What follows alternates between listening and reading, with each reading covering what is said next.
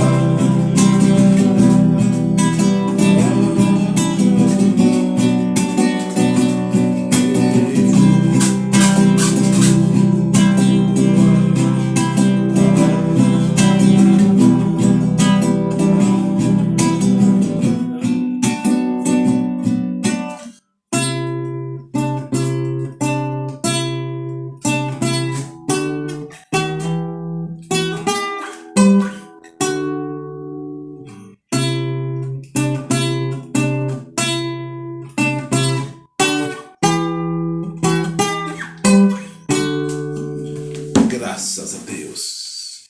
Deus abençoe a todos vocês e bendito seja o nome do Senhor Jesus. Deus seja adorado para todos sempre.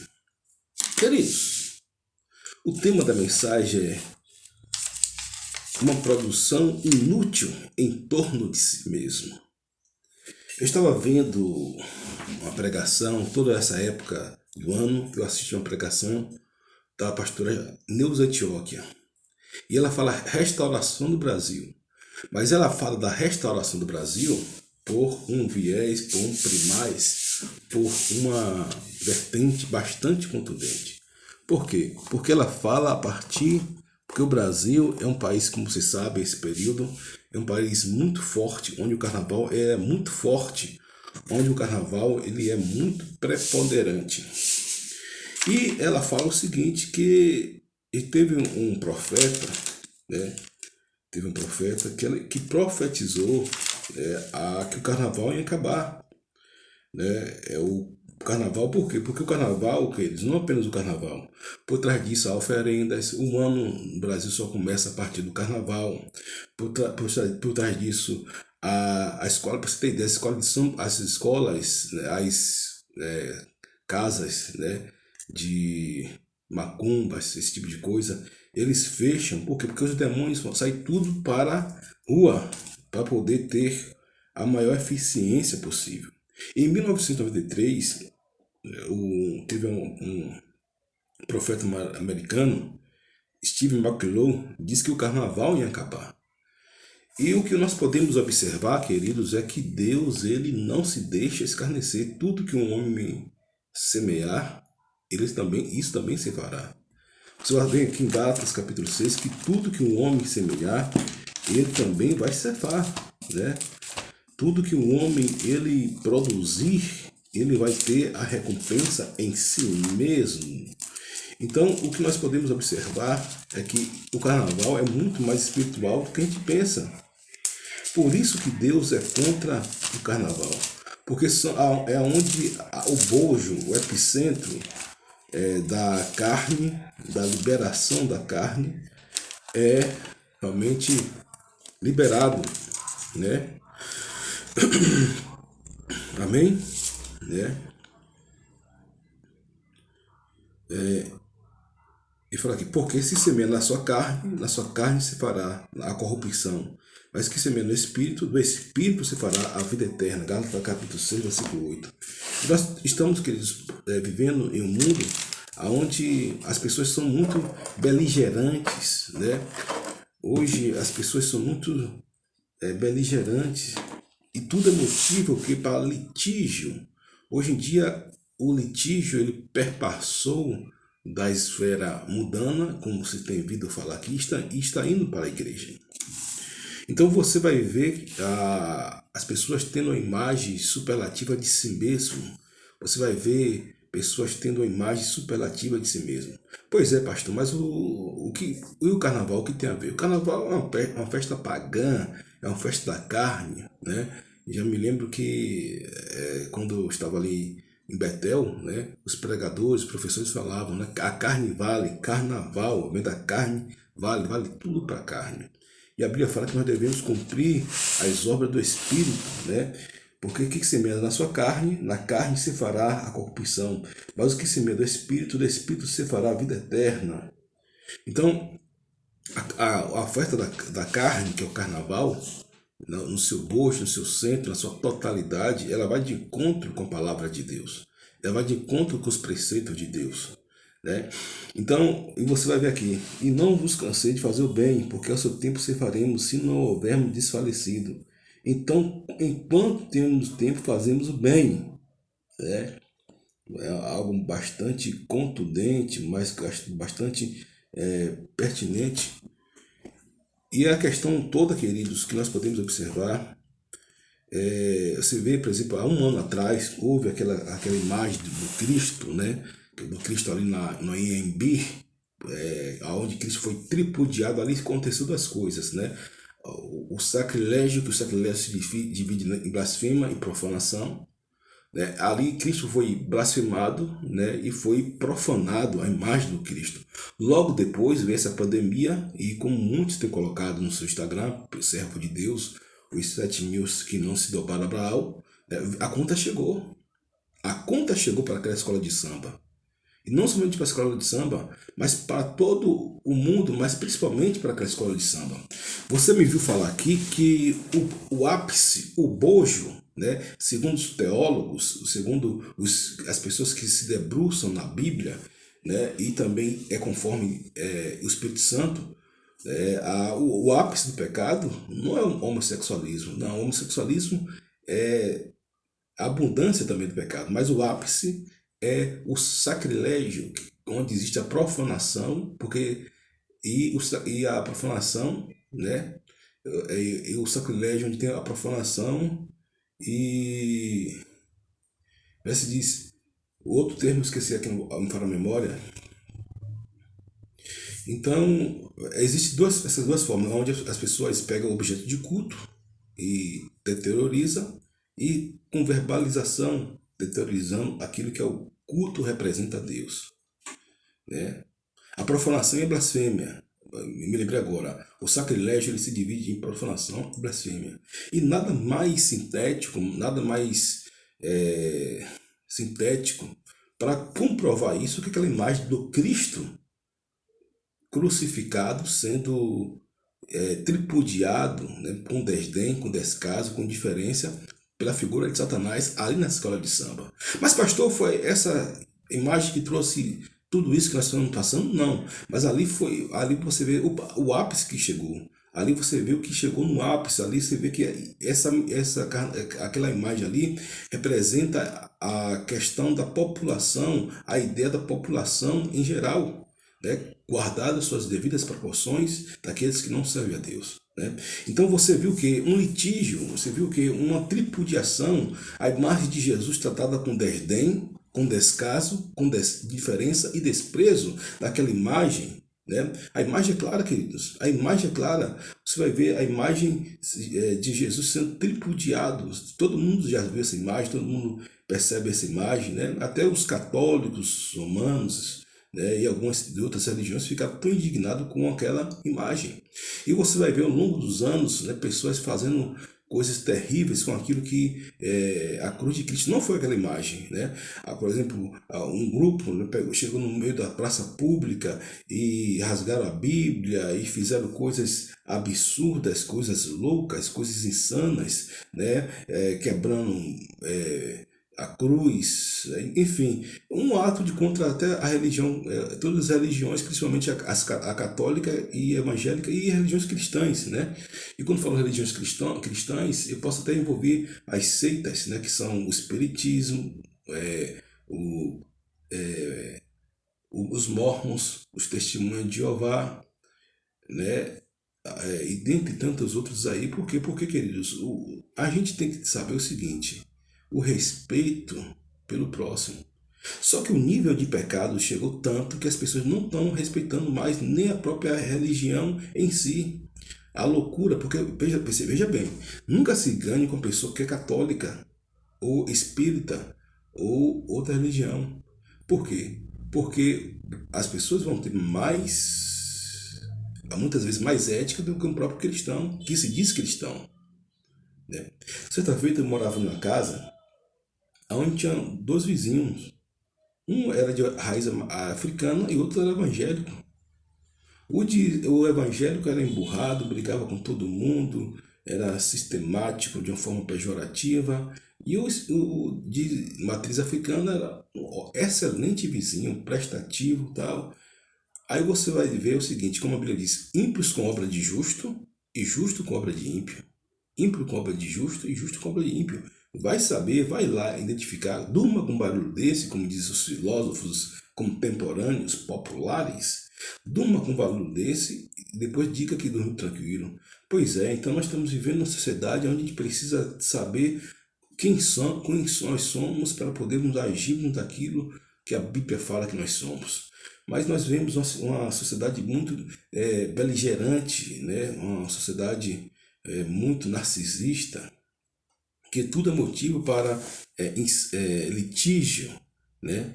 Litígio.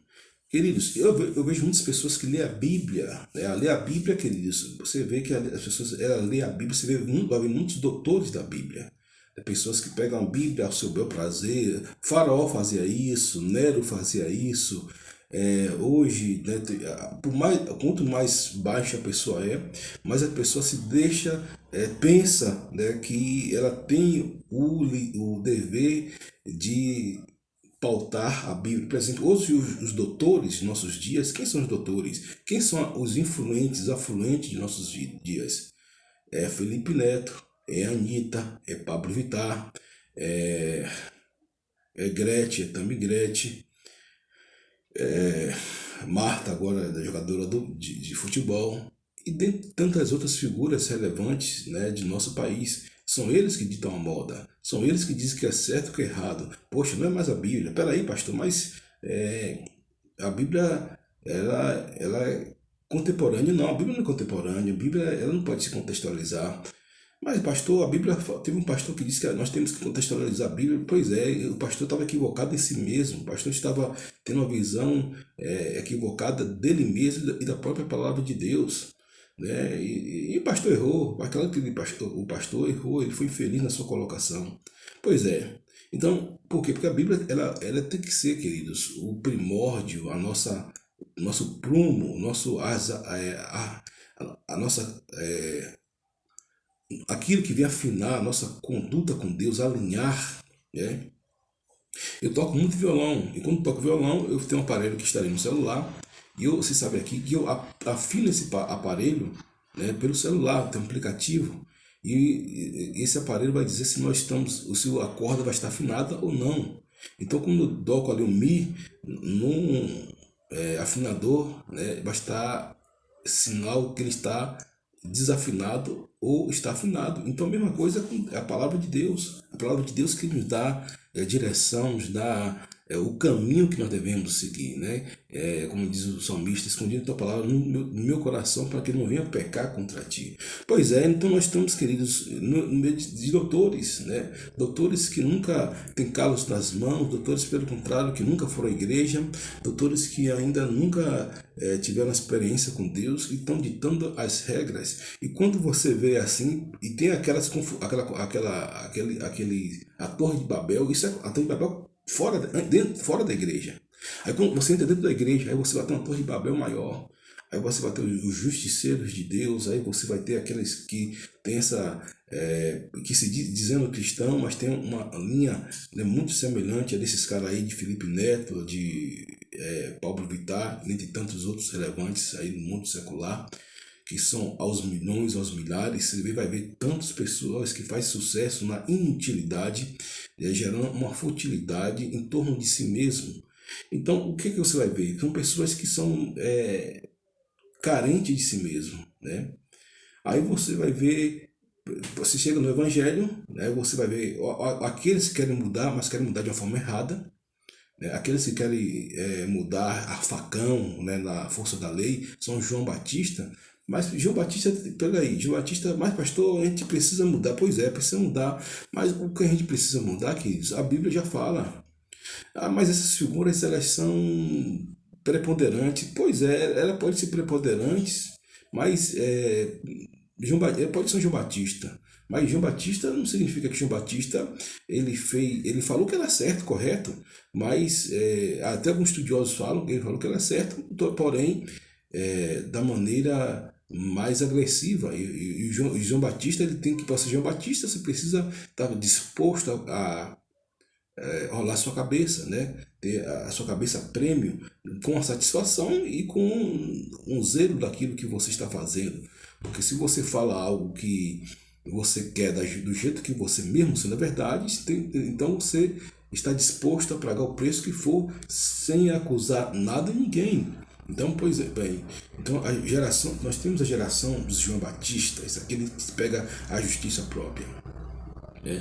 E nós vemos, queridos, nossa sociedade narcisista, hedonista, aonde os prazeres da carne estão em primeiro lugar, aonde a busca, satisfação carnal estão em primeiro lugar, e você vai ver aqui aonde Jesus fala: digo, porém, andai em espírito e não cumprireis as concupiscências da carne, porque a carne cobiça contra o espírito contra a carne, e este opõe-se um ao outro, para que não façais o que quereis. Mas se sois guiados pelo espírito, não está debaixo da lei, porque as obras da carne são manifestas: prostituição, impureza, lascívia, idolatria, feitiçaria, inimizade, porfias, murmurações, iras, pelejas, dissensões, heresias, invejas, homicídio, bebedice, contonarias e coisas semelhantes a estas, acerca das quais vos declaro, como já antes vos disse, que os que cometem tais coisas não herdarão o reino de Deus. Mas o fruto do Espírito é caridade, né, o amor, gozo, paz, longanimidade, benignidade, bondade,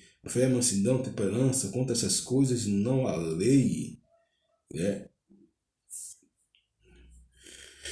Eu ainda falo aqui: os que são de Cristo crucificaram a carne com suas paixões e suas concupiscências. Se vivemos espírito, andamos também espírito. Não sejamos cobiçosos de vanglórias, imitando uns aos outros, invejando uns aos outros. Pois é, então se eu sou de Cristo, eu vou fazer aquilo que Cristo fala, e matar, crucificar a carne. Queridos, nós não somos melhor do que ninguém em nós mesmos, apenas nós temos a força do Espírito Santo que nos dá capacidade para matar, né, crucificar a carne.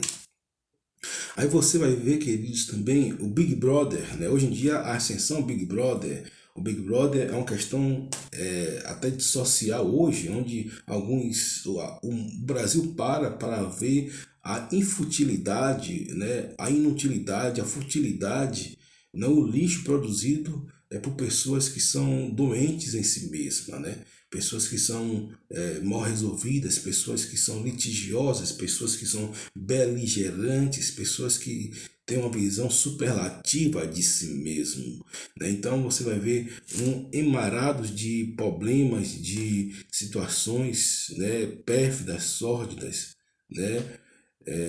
Um emarado de lixo, né?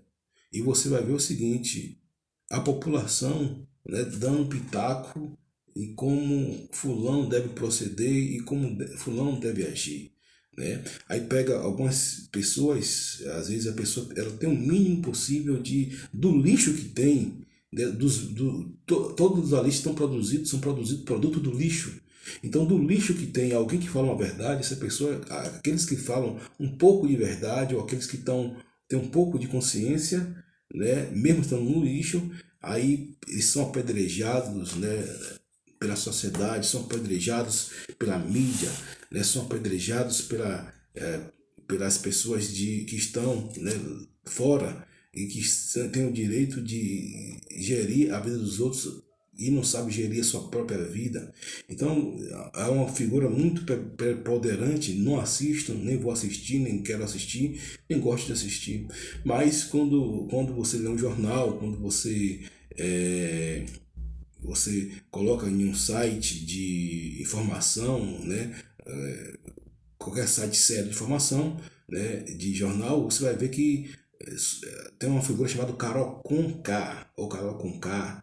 Então essa Carol Conká, ela está sendo muito litigiada, beligerada, por quê? Porque alguns posicionamentos, embora ela seja uma pessoa mal resolvida, às vezes ela, pelo que eu vi, né, eu ouvi, ela vai falar algo, né, que defende algum princípio, mesmo no lixo, o único princípio que ela defende, ela é atacada, é apedrejada. Por quê? Porque todos estão mergulhados, né, naquele lixo. Mas o que ocorre? Não se defende, se espera-se, porque é o produto da inutilidade. Pois é, pastor, mas a gente precisa se divertir. Pois é, mas se divertir com coisa boa, não com coisa ruim, né? Porque se você se divertir com uma coisa dessa, você vai ser apenas produto do lixo que ali é produzido e você vai ter uma alma beligerante, uma alma furtigada pela produção inútil e alheia a ali mesmo.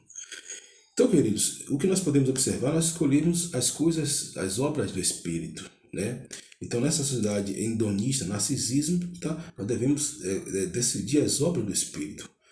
Então, quando eu tenho esse vídeo de Neuza Antioquia, eu ouço esse vídeo toda essa época, Restauração do Brasil. Coloque Neuza Antioquia, Restauração do Brasil, onde ela falou, né, que teve um profeta chamado Steve McClure, que em 1993 revelou que o carnaval ia acabar.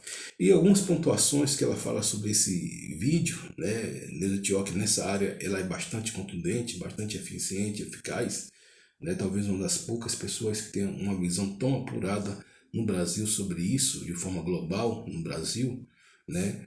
Então, e ela fala o seguinte, que a questão como começa o carnaval, porque o carnaval é muito preponderante no Brasil, porque tem essa significância exacerbada em si mesmo no Brasil, porque o povo brasileiro é um povo carnavalesco, né? Claro, não estou dizendo aqui que são todos os lugares, mas o princípio que norteia o carnaval são princípios recorrentes de uma maldade ou de uma produção infernal, onde escolas de sambas e demônios têm conchaves para poder fazer sucesso, e onde há uma entrega total a espírito maligno, a demônios, né? E aí daí vem prostituição, daí vem morte, daí vem roubo e dentre tantas coisas irrelevantes. Mas graças a Deus, porque pelo menos esse ano vai ter e vamos ter muita dificuldade, e graças a Deus por isso, em ter carnaval novamente no Brasil. Ah, pastor, mas a vacina está aí. Verdade, a vacina está aí, glória a Deus por isso.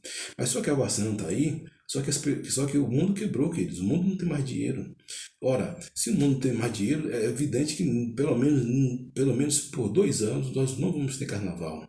Ah, pastor, mas tem pessoas que fazem o carnaval separado. Pois é, mas não é algo que não é patrocinado pelo poder público, nem pela uma instituição séria como um Estado, como um município, como a própria federação, que já está no calendário cultural do Brasil.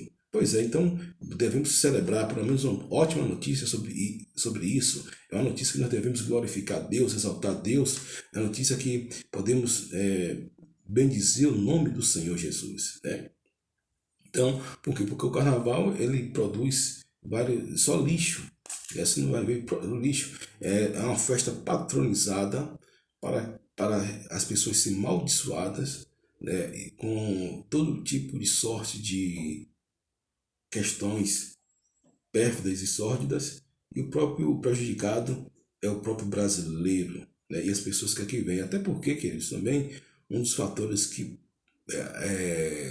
acelerou esse Covid, né, o Covid no Brasil foi o carnaval. Muitos prefeitos e políticos sabiam da existência do vírus nessa época já no Brasil, porque já tem estudos comprovando que o vírus estava no Brasil desde janeiro, da origem, do início de janeiro, só que os governantes não estavam nem aí. Pegou fogo agora está todo mundo quietinho, mas isso não vem ao caso, apenas uma informação pertinente. Então, queridos, nós vemos que o produto do nada, né, um produto do nada, o desperdício de uma produção fútil, né, de uma produção fútil, o desperdício de produção fútil. Bom dia, Miriam de Assis, doutora Miriam de Assis. Seja bem-vinda, minha querida. Então, nós estamos vivendo uma produção fútil. Por quê? Porque a gente percebe que o carnaval ele tem mais desperdício, mais desvalor do que o próprio valor. A gente percebe que o carnaval ele traz mais prejuízo do que juízo. A gente percebe que o carnaval ele traz mais consequência nefasta do que até mesmo uma consequência benéfica em si mesmo. E o produto disso é um desgoverno, o produto disso é desgoverno onde as pessoas vão estar sendo produto das suas consequências que eles mesmos fizeram. O produto disso são uma consequência que as pessoas vão estar participando daquilo que eles mesmos fizeram, né? O decreto dos pastores, queridos, então aonde nós vemos aonde algum grupo de pastores, aonde os pastores eles estão, sim, eles estão tentando evangelizar. Queridos, outra coisa, eu não sou contra a evangelismo de carnaval, não.